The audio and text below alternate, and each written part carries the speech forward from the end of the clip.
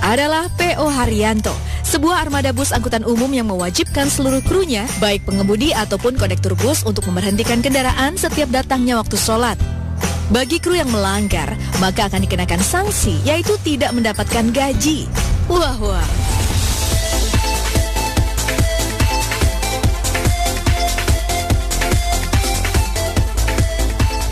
Ya, berita mengenai bus Islami ini pernah ramai di media online. Meski awalnya banyak yang meragukan, namun terobosan yang diusung jasa transportasi P.O. Haryanto ini justru mendapatkan apresiasi positif, baik dari penumpangnya ataupun masyarakat umum.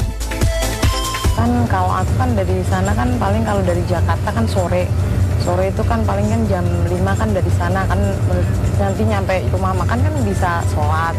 Kalau di musola itu kalau ada orang sholat juga ditungguin gitu. Tujuan utama diberlakukannya jam sholat pada bus P.O. Haryanto ini adalah memberikan kesempatan bagi para penumpang untuk melaksanakan sholat 5 waktu, terutama sholat subuh. Jika melanggar, kru tidak akan mendapat gaji untuk 1 kali perjalanan pulang pergi. Gaji itu pun akan dimasukkan ke kotak amal bagi yatim piatu. Jangan heran pula jika di badan bus bisa dijumpai tulisan sholawat Nabi. Ini dimaksudkan agar yang membaca menjadi ingat dan senantiasa bersolawat selama dalam perjalanan.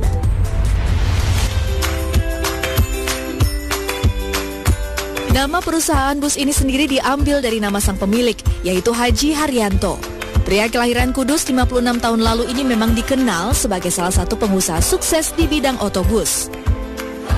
Sosok purnawirawan ini merintis perusahaannya dari kecil, dimulai dari usaha angkutan kota di Tangerang. Di masa lalu, Haji Haryanto adalah seorang anak buruh. Namun siapa sangka, jika usaha otobus yang dirintisnya sejak tahun 2004 ini bisa berkembang dengan begitu pesat. Bahkan, kini ia memiliki armada bus sebanyak 200 unit. Masya Allah. Saat ini bus-busnya melayani rute antar kota antar provinsi di berbagai wilayah Pulau Jawa dan Madura. Antara lain Jakarta, Bogor, Tangerang, Bekasi, Kudus, Pati, Solo, Madiun, Ponorogo, Karanganyar dan juga Surabaya. Haji Haryanto menyadari bahwa keberhasilan usahanya tidak lepas dari campur tangan Allah Subhanahu wa Ta'ala. Itulah sebabnya perusahaan otobusnya senantiasa memperhatikan dan memberikan kesempatan bagi para penumpangnya untuk melaksanakan ibadah wajib, sholat 5 waktu. Kamu kasihan kalau gak masuk surga, karena kamu yang kamu ikut ini orang muslim, dan orang yang meyakini kepada Allah, dan orang yang meyakini bahwa Rasulullah itu utusan Allah.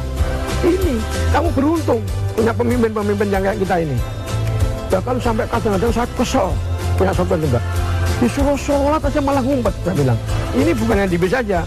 Di waktu saya main angkutan kota itu sudah tak terapkan untuk sholat. Tak hanya dalam perjalanan bus, di garasi yang terletak di Jalan Lingkar Luar Ngembal, Kudus, Jawa Tengah ini, Haji Haryanto juga memperlakukan peraturan yang ketat bagi karyawan-karyawannya. Ia mewajibkan semua karyawannya untuk sholat berjamaah di masjid yang sengaja ia bangun di dalam garasi. Tak heran jika sholat zuhur berjamaah di sini selalu ramai. Sebagai pemimpin, tentu saja Haji Haryanto tidak hanya memerintahkan anak buahnya untuk sholat, namun ia juga memberi contoh. 5 waktu dalam sehari, Haji Haryanto selalu melaksanakan sholat berjamaah di masjid ini. Apa yang dilakukan Haji Haryanto sangatlah seiring dengan pandangan Islam, di mana seorang pemimpin kaum muslimin yang terbaik adalah mereka yang berbuat kebajikan dan menjaga sholatnya. Suasana Islami sangat kental terasa di areal garasi bus. Setiap harinya terdengar alunan suara orang membaca Al-Quran dari Masjid Nurul Huda. Ya, setiap harinya memang Haji Haryanto sengaja mengundang hafiz Quran untuk membaca dan menghatamkan 30 juz Al-Quran.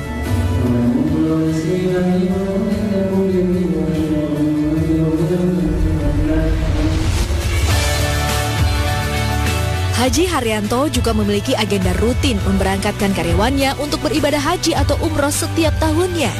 Masya Allah.